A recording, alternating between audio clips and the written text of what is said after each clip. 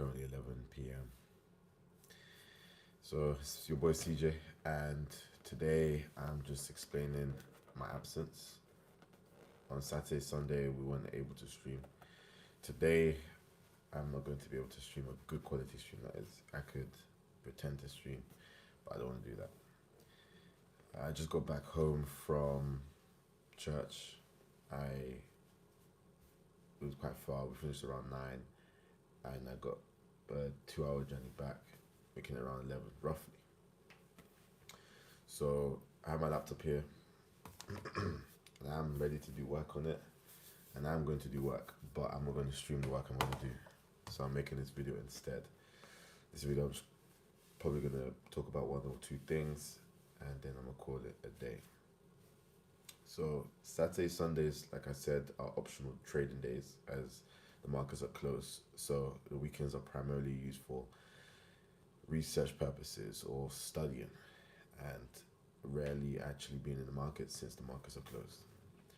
With that being said, on the Saturday, I had an emergency job, and even today I'm filling in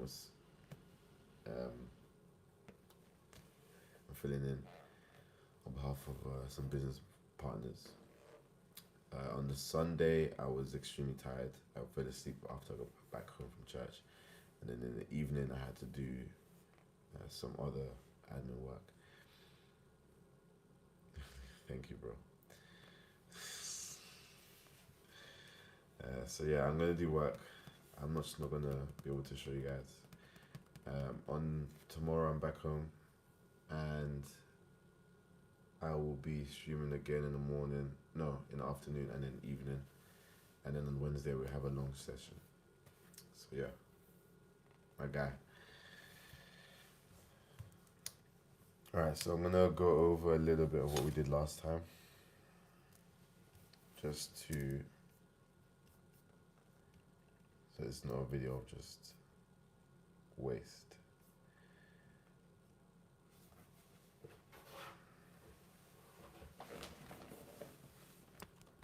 Okay, so we've been talking about the market structure shifts, and we've also seen how daily biases are extremely important. One of the things that we struggled with prior was actually predicting the daily bias, because on the daily bias it's difficult to, well, it's important to know where the price is going to go for the long term, because it affects every other time frame on the smaller time frame. So one of the tools we learned was the power of 3, which is essentially the open of price, the accumulation of price, which would include the manipulation. When price is going to go downwards, it will open and it will rally up higher to trap retail traders before it then pushes to the downside. And in that push upwards, there's smart money, which is institutions, hedge funds, the banking industry. They tend to enter shorts at that period of time. So that's what we are looking for, entries to follow suit. And that is a powerful tool for us to help us. I think one of the things I struggled with was predicting the day where the market was going to go for the day. So that's a tool that helps. Okay, let me see.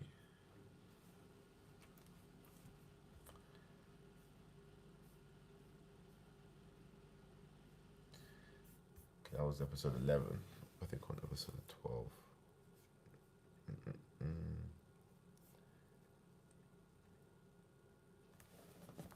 Give my laptop.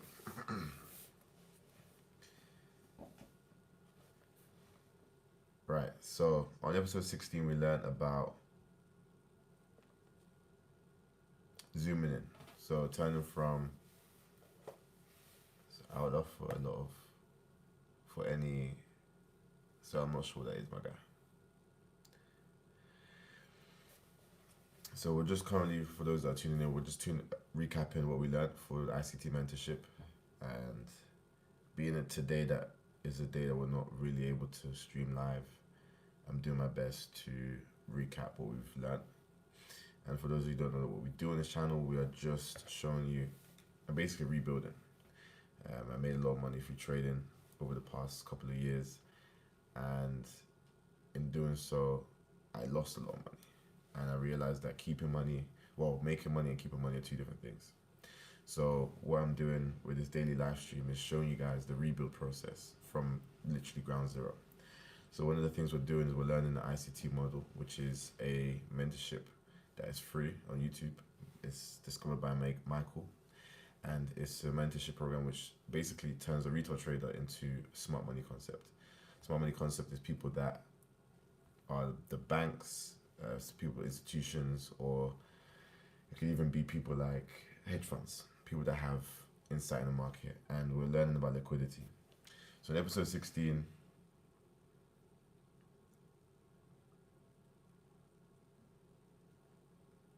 it's similar to what we've been talking about prior. We were learning about how we take liquidity and we then can continue on in a move. For example, we have buy side liquidity, which is where retail traders will place their sells from, right? They'll see it as resistance. When that liquidity gets taken, price can either continue rallying up higher or it could reverse and pull back, which is a lot more common. What we are trying to do on a daily time frame or the larger time frame is to predict whether or not price is going to come back down into the range or price is going to continue rallying and expanding up in a certain direction. So how do we do that? Very simple. We incorporate the power of three. As I said earlier, the power of three is where price opens, it has a manipulation to the upside. We're assuming price is going down. Price will open, it will rally up higher. After rallies up higher, it will accumulate sells, right? That's where we enter our sells. Then price will then distribute, or it will expand downwards, distribute at a lower price, and then eventually close. That's what makes up a bearish candle. So what we are able to do is use that to our advantage by predicting and anticipating those moments. Okay. So how do we do that? We first of all look at price action, we look at candlesticks, we look at liquidity. On a daily time frame, institutions are looking at the daily time frame primarily.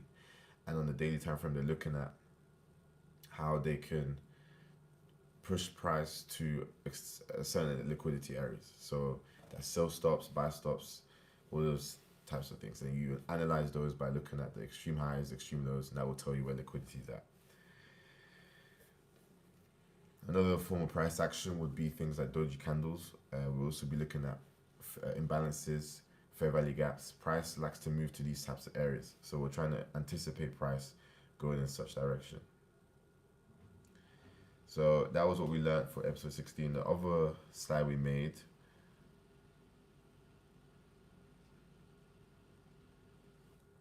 let's move on from that. Let's go to episode 17. So episode 17 was the most recent one we did. And I don't know if I can show you. I don't know if it's clear or not. Yeah, it's not clear. Sorry. I'm just going to have to describe it. So the market, we had the market that had buy side liquidity, which is when we had relative equal highs. And when we had relative equal highs being taken out, we anticipate price then targeting sell side liquidity. So sell side liquidity would be where lows are rested, and at those extreme lows, what do people have below those? Stop losses. When people are buying, they set their stop loss below the extreme points. So that's where the market will attack, because market moves to liquidity. We also were informed of time frames. Are you doing stocks? Right now, no. I am focusing on Forex. I am learning futures at the moment. Stocks I don't do right now. With stocks, I simply, my brother does all that stuff, and we just put the money to the side, and we just keep it long term. But if I had to pick a stock right now, Anthropic is looking good. They haven't gone public yet though, but I think they're valued at around $1 trillion on paper. I'll be investing heavily in AI and farming. Those are two industries I'll be probably looking to invest in. But in terms of day trading, I'm not day trading stocks. So we have market buy side liquidity, which is where we have relative equal highs. There's sell stops above those, there's stop losses. People that have a sells, they'll put a stop loss above those equal highs. So we wait for that liquidity to get taken to then obviously move to the opposite side. Why? Because using the power of three, we have the open, the manipulation, accumulation, and then distribution.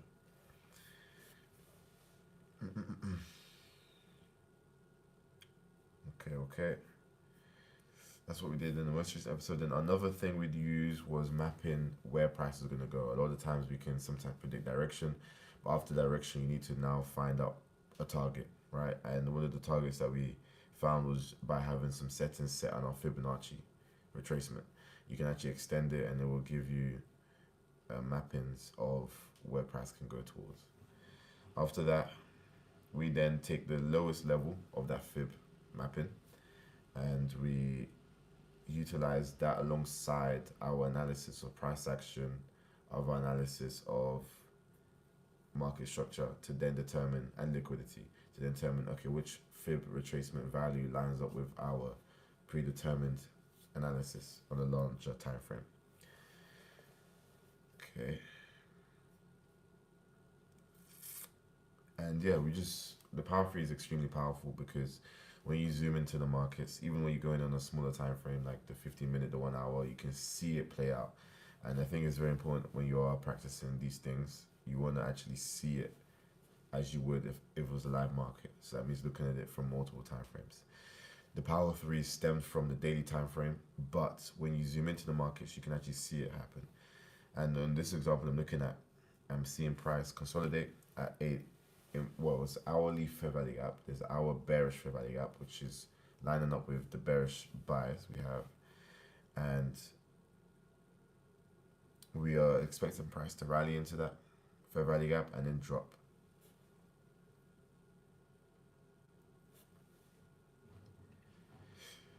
So when we have that hourly fair value gap, we then zoom in again to the 15-minute time frame. The 15-minute time frame helps us see where the accumulation and the manipulation is. When those two things are happening, we are seeing price rallying towards the fair value gap, which will be the manipulation to take us back into that fair value gap. That's going to trap retail traders. They're going to buy that. When they're buying that, that's a sign for us to sell. Okay, so once we start looking at that kind of playing out, don't forget, we already had the premonition that, well, not premonition, we have the bias that price is bearish. When price is bearish, we're going to be anticipating sales. So we have that bias formed, okay? Bias is actually good in this instance because it allows you to remove noise that is not aligned with the larger time frame game plan. When you have a game plan, I know we say bias and you may think that bias is kind of prejudice. No, bias is our game plan, okay? So we're looking for things that align up with it. If it doesn't line up with it, we don't take the trade. So when we zoom into the 15-minute time frame, that hourly fair value gap we have, that imbalance. Remember, markets move to liquidity areas, imbalances. Okay. The best way to think of imbalances is like a painting, right? This is actually an example that Michael used on this ICT who I would listen to, or classify him as my mentor. He said that when you're painting, and it's funny enough, I actually painted that wall there like last week. When you're painting, right, you have a roller and you want to paint a wall. When you paint downwards, after a while your paint will run out, but it will leave gaps. And the best way to fill those gaps will be to pass that roller back over. So in a similar manner, the markets, when they move down heavily, quickly, rapidly, prices often sells at lower prices after the other. Bam, bam, bam, bam, bam. There's going to be imbalances where there's not enough orders or price offered to buyers at a higher price. So prices then fill that by going back up into that space it left. Okay, forgive me for my voice as well. I'm very tired and I've lost my voice like literally every day. So that's what we're expecting. So when price goes back up into that fair value gap on the 15-minute time frame, when we zoom in more, we then see and wait for markets to shift to the downside. And we know how we define markets with the shifts. You need an imbalance, which is a heavy push to the downside. You also need a breaking of a previous low. And then in that displacement range, which would be from the top to the low that you broke, you will be looking for imbalances to then trade and take yourselves from. So yeah, it's quite difficult to explain what we've learned when I don't have the chart showing you what I'm talking about, and you do kind of need some information prior to kind of gauge. Nevertheless, I did my best. I just want to talk to you guys outside of what we learned. This is not really a planned stream, and I will do better next time. So apologies for this, but I do want to show up today because I'm not able to stream from a laptop, and I'm not on my normal setup as well. So, last couple of things. I want to talk about some plans for the future. So, we have we are a bit behind on the mentorship, which is a new model we're learning, and in that model we're trying to transfer our knowledge of price action into liquidity. I'm also in the background. A lot of the reason why I'm busy, I'm not streaming as long or as much, is because we're trying to do a business a month. Right, we're trying to create one business every single month. We've created one trading journal, which is a website where if you're a trader, you are able to log in, journal your trades. You have an AI agent to help you. Okay, that's one idea. The second idea, I can't let you know until we get the copyright sorted and patented. But it's a very, very, very big idea, and I've been working on it for the past couple of weeks now. But hopefully, we'll be seeing that in May. Okay, it's a new company we want to try and make, and then another idea.